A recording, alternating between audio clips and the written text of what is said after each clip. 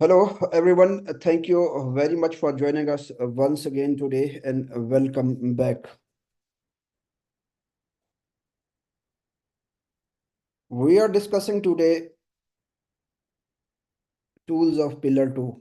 In our previous lectures, as we can go through the previous lectures quickly, whatever we have discussed more than 50, we have conducted more than 50 webinars. And in more than 50 webinars, in our previous webinar that was related to the Pillar 2 and the history of the Pillar 2. Now, we are discussing today the tools that are very helpful to enforce the 15% tax which is required by the OECD. So everybody can hear, everybody is, I can be heard very easily. Is there an issue? If there is any, you are facing any issue, you can just drop me a message. I look into this. Otherwise, we can start the webinar.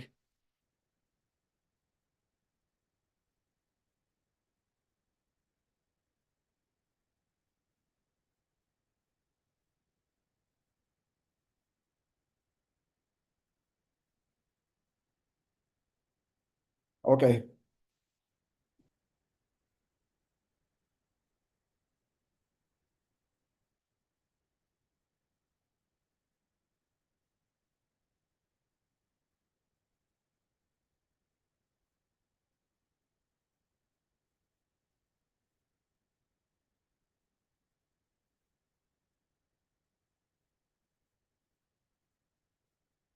Okay, pillar two history. In our history, we have discussed the Pillar 2 history, we discuss the Organization for Economic Cooperation and Development. It was set up in 1960. The main objective of this organization was to promote the economic growth, and the main objective was to create the coordination and create the economic coordination in between the different countries just for the welfare of the people and for the economic and social well-being of the people. In our previous webinar, we have discussed that as of today, there are 38 member countries of the OECD. Just keep in mind the organization was set up in 1960, and as of today, there are 38 member countries. This data that was received from the OECD website. In 2013, the BEPS origin and profit shifting. The OECD taken one initiative. The objective was to just to show the base origin and profit shifting. Because discussed that tax loss of revenue, the loss of revenue around 250 high tax jurisdiction to the low tax jurisdiction. Since the profit was being shifted from the high tax jurisdiction to the low tax jurisdiction, so control this shifting of the profit from the high tax jurisdiction to the low tax jurisdiction. They have taken initiative with the name which is called BEPS. This stand for base erosion and profit shifting. Base erosion means basically increasing the profit increasing their profit where the corporate tax is low, reducing the profit in the low tax jurisdiction and increasing the profit in the high tax jurisdiction. This process is overall called base erosion and profit shifting. Then we discussed a couple of examples as well. One of the examples were there. This was a situation where there was no interest in between the related parties. Here they have the interest between the related parties. Before the interest, the total tax they were paying 200,000 dirham, 200,000, 150,000 and 50,000. Then after the once the entity A has given a loan to the entity B, the tax has gone down to 140,000. Just by making this one transaction, they have shifted the profit from the high tax to the low tax. Basically, high tax jurisdiction where tax was 30% and low tax jurisdiction where the tax was 10%. The profit has been shifted from the 30% jurisdiction to the 10% jurisdiction. You can see here the profit was 500,000. Here the profit has been reduced to 200,000, which clearly reflect that the profit has been shifted from the high tax jurisdiction to the low tax jurisdiction. Due to this group has to pay lower tax. This process is overall called BEPS, base erosion and profit shifting. Then we discuss the loss of revenue 100 to 240 billion annually. So this was the reason that they have taken the initiative with the BEPS initiative. Then this is a summary that were discussed in our previous webinars, how the BEPS basically in 1960 OECD was established. And in 2013, OECD initiated the BEPS project. In 2015, OECD officially launched the BEPS 15 action points. In 2016, OECD launched the inclusive framework on BEPS. that was joined by UAE in 2018. In 2019, OECD started a public consultation paper on the tax challenges posed by the digitalization. In 2020, OECD launched Pillar 1 and Pillar 2. Pillar 1 is basically related to specifically the companies which are dealing in the digital sector like Facebook, like Facebook, like LinkedIn. They are generating revenue from the multiple countries across the globe. So objective was basically from where these companies are generating the revenue, they need to pay the tax in the respective jurisdiction as well. So this was the pillar one, but there are some pitfalls of the pillar one, and there's some, moreover, this was not being established specifically for the company which are in the industrial sector. So due to this hurdles and due to this pitfall, they introduced the pillar two as well. Pillar two required that every MNE group, there's some certain conditions on this. They need to pay minimum tax of 15%. This is called pillar two. This suggestion was given by the OECD in the pillar two. Then this suggestion was approved by the G20 finance ministers in 2021. So in 2021, G20 finance minister, they have approved that the MNEs, which are generating a revenue more than a separate threshold, specific threshold, they need to pay minimum tax of 15% globally. So this was the basically approval of the G20. For once it has been approved, it was recommended by the OECD, then it was approved by the G20 finance minister. Then all the member countries, along with this, all the countries which has signed OECD inclusive framework, including the UE, they were supposed to implement the pillar two to make sure that the MNEs are paying minimum 15% tax globally. So this was the history. So based upon this, in 2024, OECD, sorry, in 2024, UE being a member of the OECD inclusive framework, they have rolled out public consultation paper on the pillar two, and to collect the feedback of the respective stakeholders. And the due date for this was on April 10. Just this feedback, for sure it will be helpful to design the policy related to the pillar 2. Then we are waiting specifically law related to the pillar 2 in the UAE. So this is the history. Based upon this, as I mentioned, the 15 BEPS action point. These were the 15 BEPS action points I've discussed in a previous webinar. The tax challenges, all these things, you can go through this. 15 BEPS action point. I will summarize this in the discussion as well. Digital economy, hybrid. These are the 15 action points. Then if I'm going to overall summary, whatever we discussed, this is the same. 1948, one Organization for European Economic Cooperation was set up. 1960, OECD was set up. The loss of revenue 100 billion to 240 billion annually. OECD initiated the BEPS project. In 2015, OECD officially launched BEPS 15 action points. In 2016, OECD launched inclusive framework on BEPS that was joined by UAE in 2018. Then public consultation paper. In 2020, Pillar 1 and Pillar 2. In 2021, 15% tax rate was approved by G20 finance minister. In 2024. UAE being a member of the OECD inclusive framework, they issued a public consultation paper. So what was the reason why pillar 2 is in the UAE? Since UAE is a member of the OECD inclusive framework, so so the UAE is liable to implement the pillar 2. This was the reason that the pillar 2 public consultation paper has been issued in the UAE. If this is not introducing, because UAE being a part of the international community, they need to implement this. Moreover, they've already, as I mentioned, they've already signed the pillar 2 inclusive framework, so they need to implement the pillar 2. So this was the history, and this is a public consultation paper issued by the UAE. It was 2 sections of consultation questionnaire and guidance paper. This link, the paper was available on this link, which is not available right now, and the consultation paper due date was April 10, 2024, as it discussed. Now we are waiting for the law related to this. So this was the history of the pillar 2 and why the pillar 2 was being introduced. Why is this being introduced in the UAE? What is the reason this is being introduced in the UAE? In case this is not being introduced, what are the repercussions? What are the pitfalls in case this is not being implemented into the UAE? So we have gone through the history, as I mentioned, reason of implementation of pillar 2 globally, and reason of implementation and introduction of public consultation paper related to the pillar 2 in the UAE as well. Now, pillar 2, what is the pillar 2 basically? Pillar 2 requires that every MNE multinational enterprise has a revenue of 750 million euros or higher in any 2 years out of the 4 years, they need to pay minimum 15% tax on their taxable profit. This is a pillar 2. So if MNE having a revenue more than 750 million euros annually in any 2 years out of the 4 years, in any 2 years out of the previous 4 years, they need to pay minimum tax of 15% of their taxable profits. This is a pillar two. So it doesn't matter from where the company is generating the revenue. It doesn't matter where the headquarters. It doesn't matter where is the main entity, where is the subsidiary, where are the branches. It doesn't matter. Objective is if you are MNE, you are part of the MNE group, you are generating revenue more than 750 million euros annually in any 2 years out of the 4 years, you are liable to pay 15% tax on their taxable profits. So this is the summary of the pillar two. Now the question arises, how this 15% tax will be implemented. This was our core topic today that we're supposed to discuss.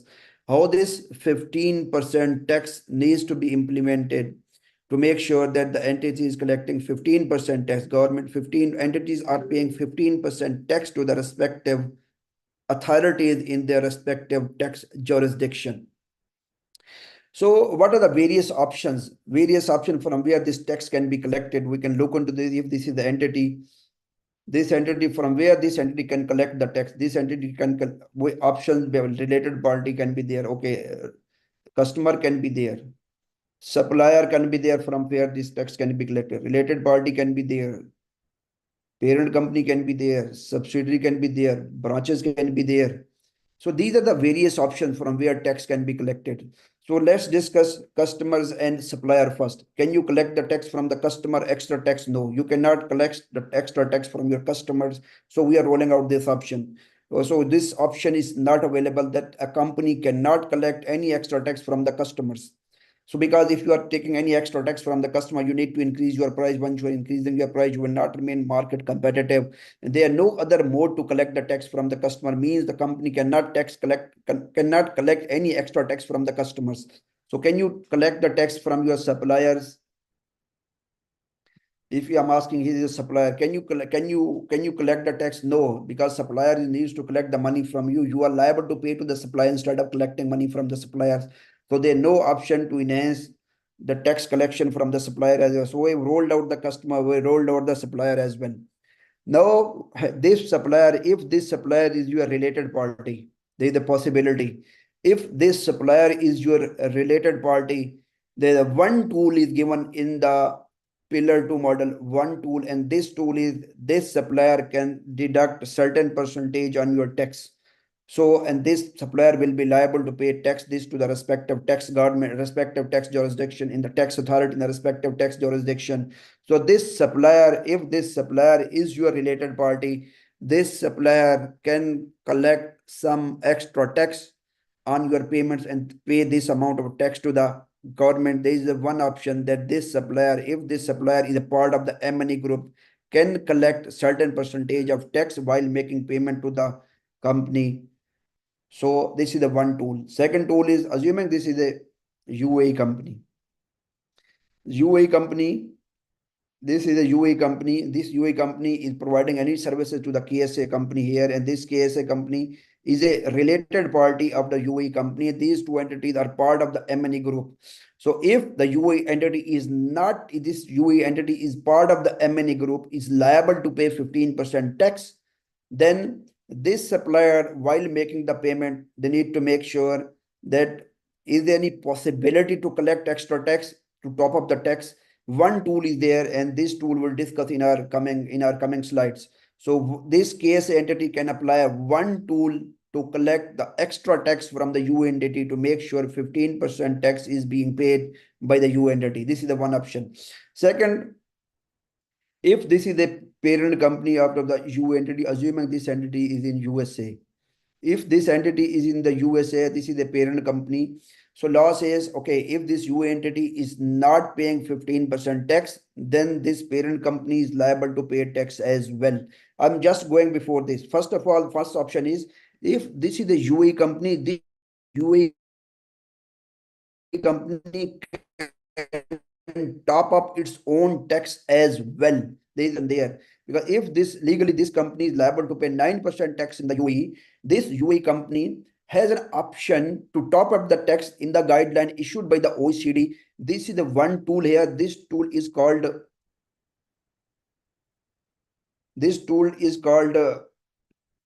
domestic minimum top of tax, qualified domestic minimum top up tax. So if this UNT, like we know this in the UAE, the tax rate is 9%. If the tax rate is 9%, if assuming this entity is a subsidiary of the USA company, the parent company is in USA, this subsidiary, the right has been given to this local entity, they can top up the tax, but in the guidelines issued by the OECD. So if this UA entity itself is topping up the tax up to the 15%, this is called QDMTT, qualified domestic minimum top up tax rules. This is the one tool. Second tool is, if this is a USA entity, this USA entity is making, and this is a part of the MNE group as well. If this, sorry, KSA entity, if this is an entity in KSA, this entity is a part of the MNE group as well while making the payment. So this entity has right to hold certain percentage of tax. This is called subject to tax rules. Subject to tax rules are only applicable if the corporate tax is less than 9% in the company which is providing the services or goods to the related party. If the UA entity is providing any type of services to the KSA entity, and this KSA entity is making any payment to this UA entity, the KSA entity has right to deduct certain tax, making sure the corporate tax which is applicable in the UAE is less than 9%. So if the corporate tax applicable in the UAE is less than 9%, so KSA entity can top up the tax maximum up to 9%. This entity cannot top up the tax more than 9%. Since 9% is already applicable in the UAE, so this rule, which is called subject to tax rule, this is called STTR as well. Subject to tax rules. These subject to tax rules are not applicable in case the UA entity is providing any goods or any services to any entity which is part of the MNE group. This entity cannot deduct any tax under the STTR rule because already 9% tax are applicable in the UAE. So we can roll out this rule as well. But just for your understanding, this is the second tool. This second tool is called STTR subject to tax rule. The first tool is QDMTT, qualified domestic minimum tax top up tax. Second is STTR subject to tax rules. Now, objective is to make sure this UAE entity is paying 15% tax. Okay, QDMTT has been applied, STT has been applied. Though still this entity is not paying minimum tax of 15% to the respective authority. So the law says then the globe rule will be applicable. This is called globe rule, GLOBE. Globe stand for global anti-base erosion rules.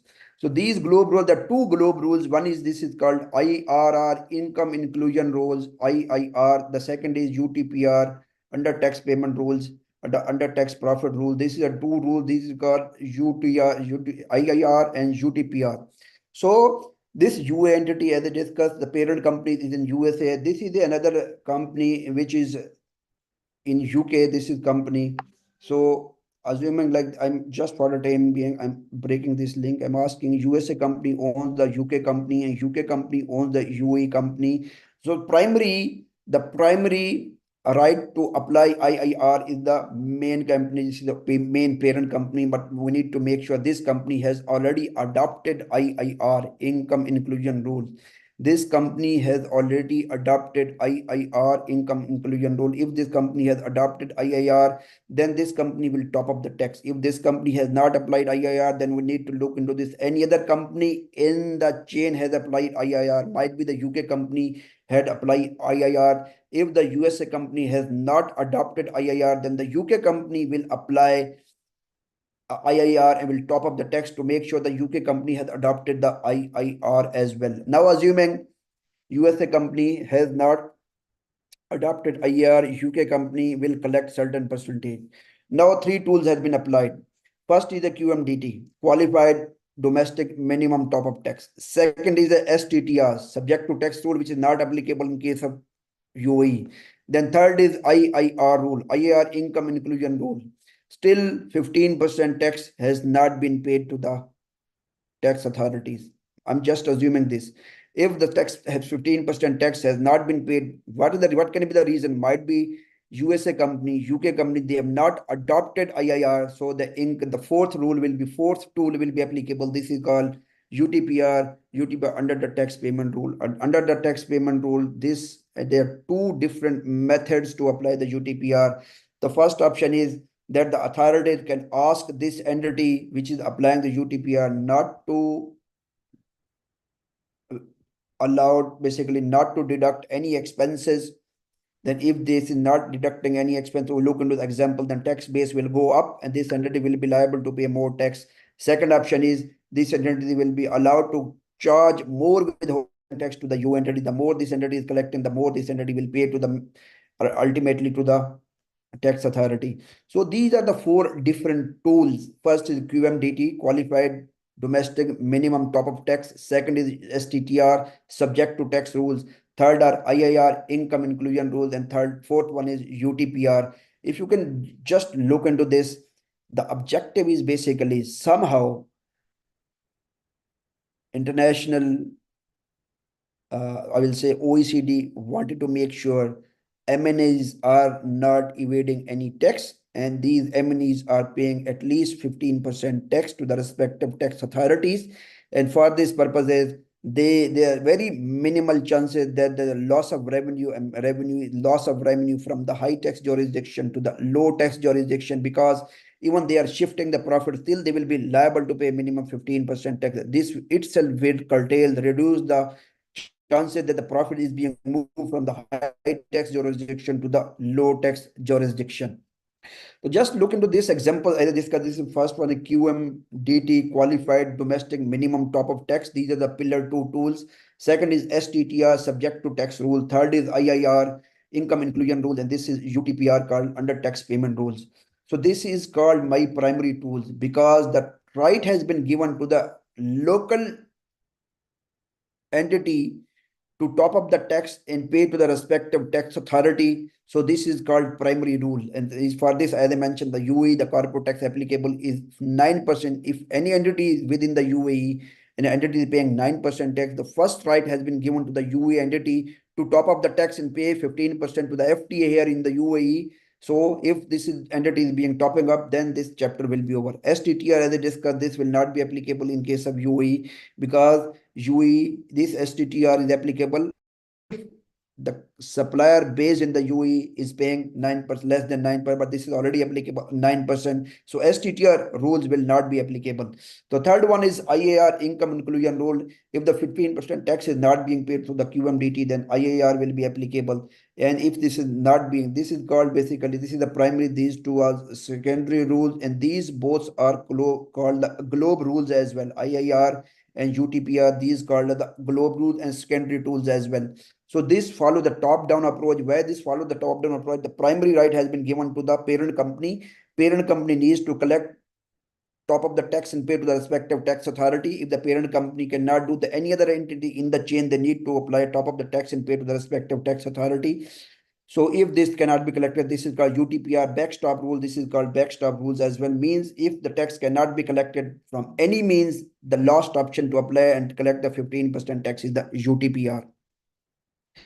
So subject to tax rule, as I mentioned, subject to tax rule enforced in a transaction involving related parties with an effective tax rate of 9%. What is the effective tax rate of STTR? 9%. Comes in when the tax rates in the supplier jurisdiction is below 9%. This will come into effect only if the tax in the supplier jurisdiction is less than 9%. But this is 9% in the UAE, so it will not be applicable, as I mentioned. Qualified domestic minimum top-up tax. Though in this case, domestic, the primary right has been given to the local entity to top up the tax and pay 15% to the local authority. This is the reason this is called domestic minimum top-up tax. Why this is called qualified? This is domestic minimum top-up tax. Qualified means this rule has been applied in the guideline issued by the OECD. So this is the called, might be this is the DMTD, domestic minimum top-up tax. But if this is a domestic minimum top of tax, but this is not a qualified domestic minimum top of tax, it will not be considered. You need to apply the rules in the guidelines issued by the OECD. So this is the reason this is called qualified domestic minimum top of tax. Then income inclusion rule, as I discussed earlier, this follows the top-down approach. These two called the globe rules as well. Income inclusion, UTPR, these called the globe rules, and they follow the main rule. This is the main rule. They follow top-down approach because the primary right had been given to the parent company in the group, highest in the apex. So ultimate parent company, the right has been given to the ultimate parent company in the group. If ultimate parent company needs to pay at least 15% tax on behalf of the charge and 15% tax on behalf of the entity where there is no tax or tax is less than 15%. So if the ultimate parent company has not adopted IAR to any entity in between the chain, the entity and the top of the entity, any entity in between the chain which has already applied IAR, adopted IAR, that entity needs to pay tax at least to top of the tax at least 15%. So this is follow the top-down approach. This is the reason. First, the primary right has been given here to the parent entity. Then any other entity apply the change, any other in the chain, at the end it will be applicable in case this is the lower entity, to make sure the 15% tax is being paid to the respective tax authority. The last is UTPR, under tax payment rule. This is called under tax profit rule as well. This is called backstop rule. Why this is called backstop rule? So from all means, if the tax has not been collected 15%, at least 15% as a last resort, this rule needs to be applied to collect at least, to make sure that the entity is paying, the group overall is paying 15% tax. This is the reason. So there are two options for this. This is the first is disallowing deductions or introducing additional tax. The two tools within this under tax payment rules. First, authorities can ask, okay, whatever the payment that you are making to your related party, you should not claim as an allowable expense. It will increase the tax base. We'll look into the example. Then this entity will be liable to pay more tax. Or authorities can ask, you need to collect extra tax from the respective entity in the form of withholding tax, and you need to pay extra tax to the respective government. So these two rules can be further under the UTPR rules as well. So just to look into this diagram I have taken from the OECD guidelines. So the first is QDMTT. UTPR is not applicable for UE, then IAR, then UTPR.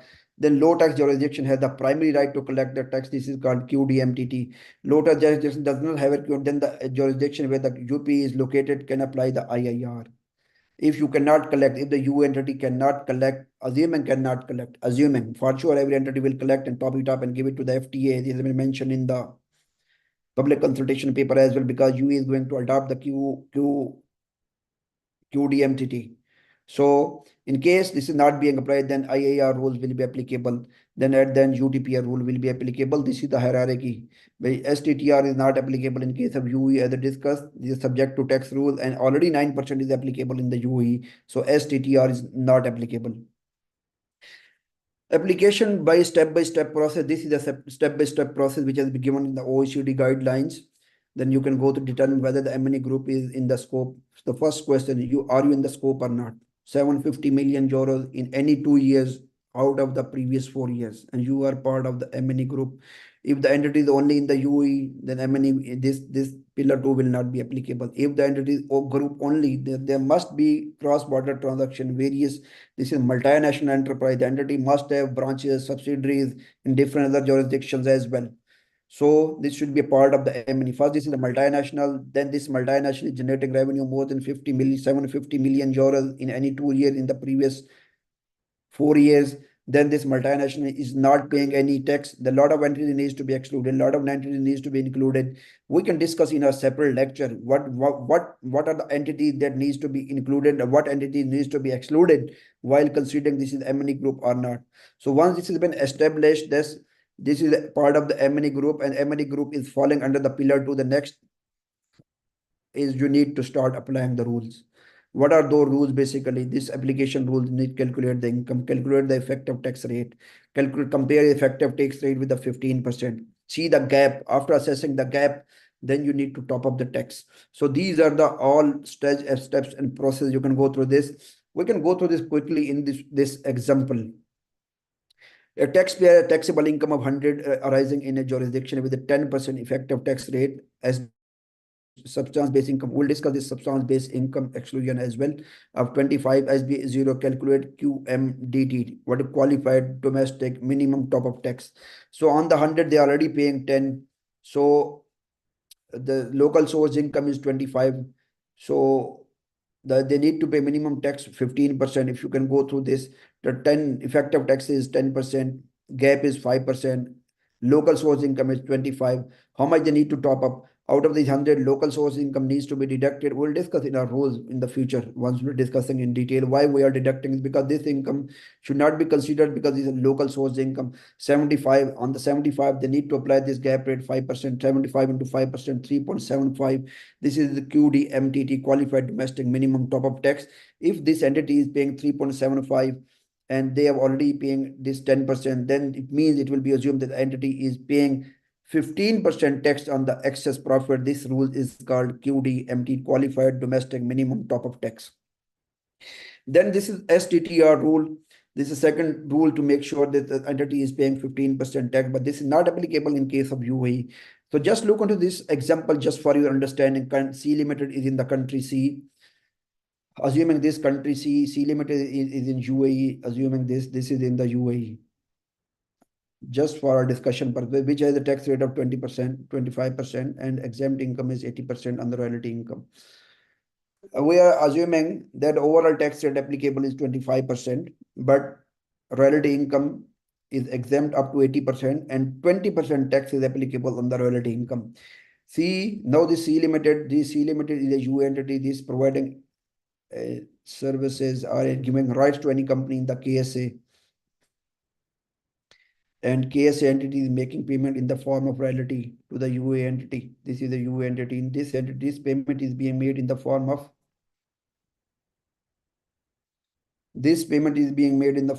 royalty. If this payment is being made in the form of royalty, UAE, okay. Now royalty, this 80%. 80% royalty income is 80% tax, some 80% exempt. So on the royalty income, how much this entity tax is paying here? On this royalty income, 80% is exempt, 20% is taxable. So on the royalty income, 25% into 20%, 1 minus 80%, which will be is equal to 20%. Overall, it will be subject to 5% tax on the royalty income. It means whatever the payment this case entity is making to the UE entity is paying only 5% tax on the royalty income. I'm repeating, overall tax in the UE assuming is 25%, but this exempt up to 80% the royalty income. Whatever the case entity is making any payment in the form of royalty to the UE entity, so 20% into, 25% into 20%, overall effective tax rate for this royalty income is 5%. But what should be the tax? Tax would have been at 15%. The gap is 10%. So 10% of this 100. So sorry. So what is the gap? Gap is 5% less 9% for the we discussed for this with STTR effective tax rate overall for the 9%. So 4% short tax is being applied in the UAE assuming. So KS entity will deduct 4% tax on this 100 and pay to the KSA tax authority. So on this 100, 4 will be paid by the KSA entity and they will pay to the KSA tax authority. And remaining 5, it will be paid by C Limited in the UAE overall 9% tax based upon the STTR rule. This is STTR subject to tax rule. It will be only applicable if the entity based supplier jurisdiction effective tax rate corporate tax is less than 9%.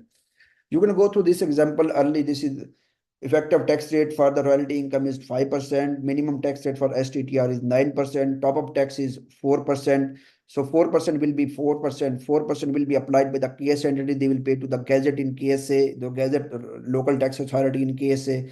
5% will be applied with the UE entity. They will pay to the FTA. Overall, 9% has been paid. Now 9% has been paid. 6% still gap is there. So minimum top-up tax is 6%. So this then then if this STTR has been applied, QDMTT has been applied, and third is income inclusion rule, then we need to apply the income inclusion rule. By applying the income, we need to top it up by extra 6%. We need to make sure this parent company, wherever it is the parent company needs to deduct or pay extra 6% and pay to the FTA, sorry, pay to the respective tax authority, extra 6, this is not 6%, 6 basically, because 9 they have paid, 6 they need to pay. So in our previous example, if you are asking, I mentioned here, this entity C Limited is generating income 100, 100 and 100, 200 is the total income of this entity. So what is the 200? 209 into 200, 9% tax they have paid and no other tax in the anywhere on this income. So globe income is 209%. To overall effective rate is 4.5%. How much is the gap? This should be the 10-15%. Gap is 12.9%. So 200 into 10.5, 21, they need to top it by 21, they need to pay extra tax. 10.5% needs to be applied by the holding company, ultimate parent company, and they need to pay to the respective tax authority to make sure that 15% tax is being paid to the respective tax authorities. Just look into this last example. For example, a parent company X has two subsidiaries Y and Z. The parent company has office in the jurisdiction where tax rate is 20%. So this is the X in jurisdiction A. X has applied IIR. So X can apply IIR because this jurisdiction has adopted IIR. Tax rate is 20%. Their tax rate is 5%. Their tax rate is 25%. So this entity is paying only this corporate tax applicable 5% in this jurisdiction for Y. The one more why this Y has given loan to Z from the Z, Y is taking income from, and this income is 100. So company Y income is 100 and this company Y is paying tax 5%. The gap is, how much is the gap? 105%. Gap is 10%.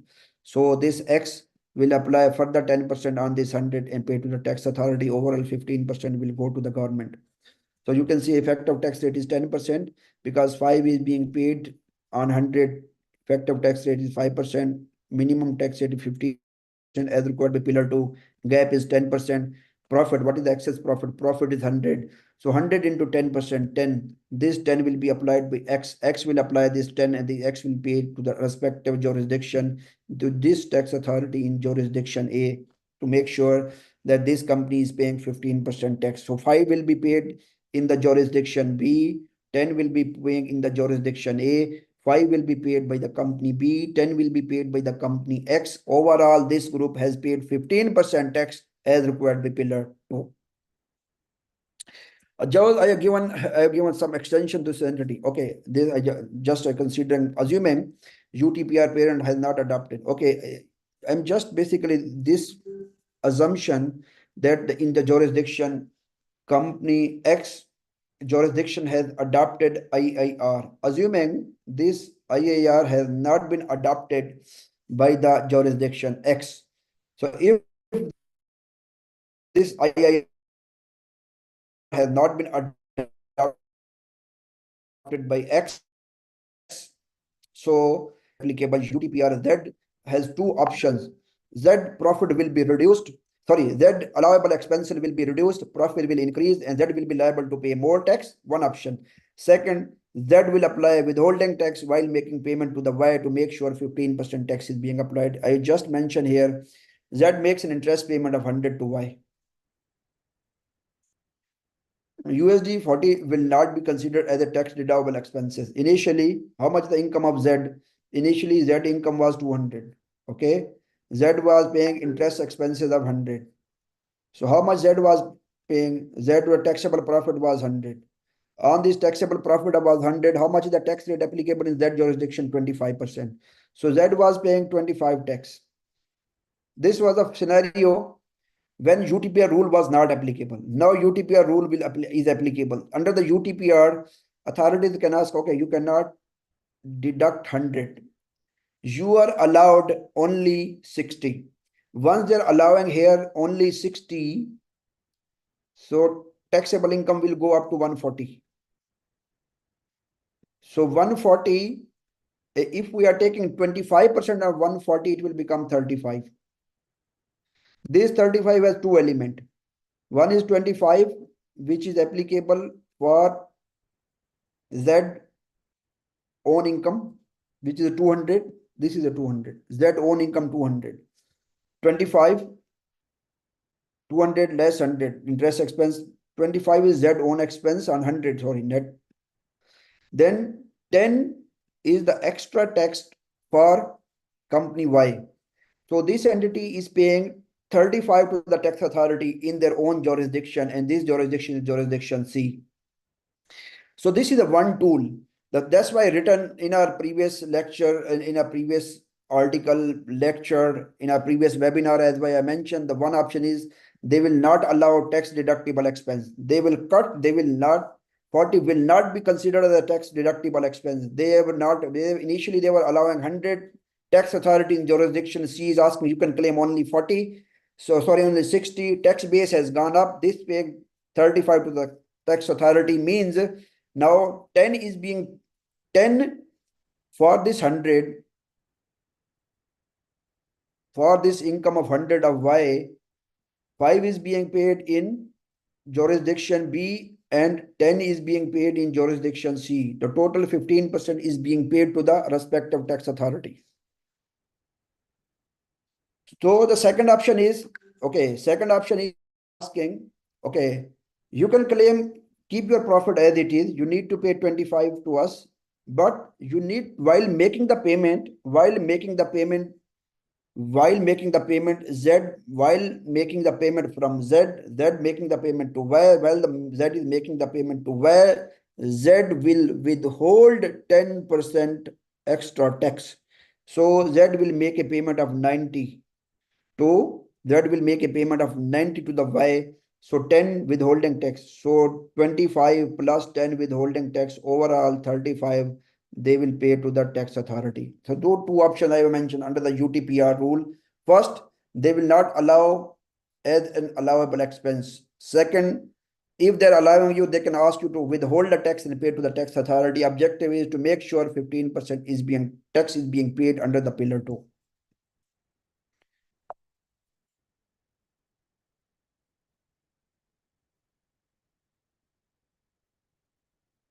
Okay, so I have just given extension to the same example. Now, X 20% tax. There are two more subsidiaries, SP1, SP2. Here the tax rate is applicable. Okay, this SP1, they have adopted IIR. They have adopted IIR. This has not adopted IIR.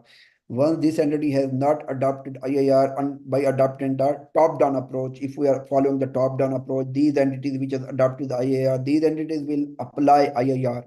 So scenario is same. This is the income 100 on 100. This entity is paying 5%. So need to top it up by applying the top up. But we can apply IIR. If we cannot apply IIR, then we can apply UTPR rule. So while applying the IIR, this entity is holding 40%. This entity is holding 60% on overall basis. So they need to collect 10% extra tax. So each entity will collect 6 based upon this same thing. 100 into 10%. This is again effective tax rate, minimum tax, gap, extra tax to be collected 10, but they will calculate on the income inclusion ratio. Inclusion ratio is basically 100, inclusion 40%, inclusion is 60%. Overall tax will be collected 10. 5 will be paid by Y itself. 4 will be paid SP1. 6 will be paid SP2. Overall 15% has been paid to the authority, means the entity is paying 15% tax and complying the pillar 2 requirement. This is the same thing if this entity, assuming parent company SP1, SP2 have not adopted the IIR, then UTPR will be applicable, backstop rule will be applicable. This is exactly the same that we have discussed in our previous slide. Nothing changed. They will not allow them allowable expense, or they can, the second option, they will ask them to withhold the tax and pay this withholding tax to the government. So on overall basis, again, 15% will go to the respective jurisdiction. Overall basis 15, this MNE group will pay 15% tax. So we have discussed, if you are asking my overall analysis, they are collecting tax from every pocket. Supplier, we cannot, okay, from customer, we cannot collect. Customer has been set aside. We cannot collect any extra tax from the customer. Suppliers, if this is not a related party, they don't have any right to collect extra tax and pay to the government. If we are related party will top up the tax under the STTR rule, which is not applicable in case of UE. Then right has been given to the local entity to apply the qualified domestic minimum top up tax. Then, so you can say basically what I'm trying to say, basically from every pocket, wherever this is possible, this local entity needs to top up. Related party, while making payment, they need to top up. Parent company needs to pay, or the any company in the supply chain, they need to pay. If anyone cannot pay, then you need to apply the UTPR rule. The deduction will not be allowed, or you need to apply the withholding tax. Objective is to make sure 15% is being paid to the tax authorities. Thank you very much. And this is over from my side. If you have any question, you can drop me an email at mahar@crestcooper.com. You can drop me an email to our team members. Faiza is there, Shahid is there, Anwar is there, and all of the team members are there. If you have any question, you can drop us an email. You can give us a call as well. You are most welcome. Thank you very much. Thank you very much for being with us. If you have any questions or rules you are describing are related to OECD or UE tax rules. Okay. These are the generic rules. These rules has not been implemented in the UE. As I mentioned, we are waiting for the UE law. But in the public consultation paper, they have given almost everything based upon these exactly same rules. They said we are not going to apply STTR because 9% rule is applicable in the UE. Then qualified domestic minimum top-up tax rule is there in the public consultation paper. IIR rule is there in the public consultation paper. UTPR rule is in the public consultation paper. Based upon those rules, they have asked some sort of guidance, there's some sort of feedback, not guidance, I'll say they ask feedback from the respective stakeholders. Once they are collecting the feedback with the deadline of 10th of April, now they've got a feedback. Now definitely they were working on the law. We are expecting a law at any time. And when the law is in the market, obviously it will be based on the public consultation paper, and public consultation paper itself is based upon the OECD guidelines. But whatever we are discussed today, these are based on the OECD guidelines. We are still waiting for the UE law specifically on the pillar 2. And once the law is coming, obviously, as I mentioned, out of these 4 rules, one will not be applicable because this rule, as I mentioned, should be applied in the guidance issued by the OECD. So obviously it will be, I believe it will be, everything will be same, nothing will be changing here. Any other question?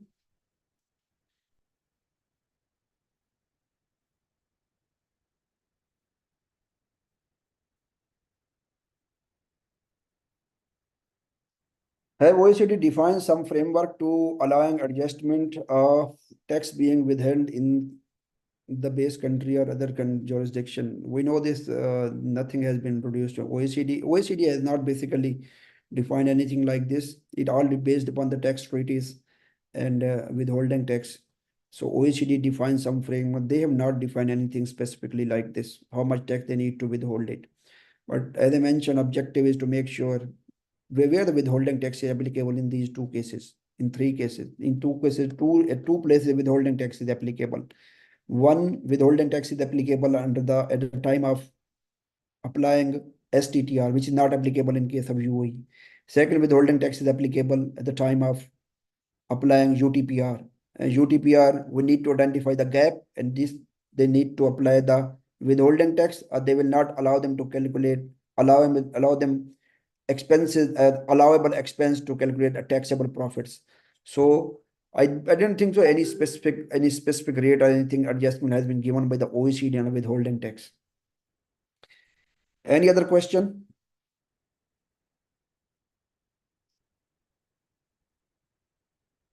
Thank you very much. Thank you very much, guys. Thank you for being with us and have a lovely evening. Thank you. Bye bye.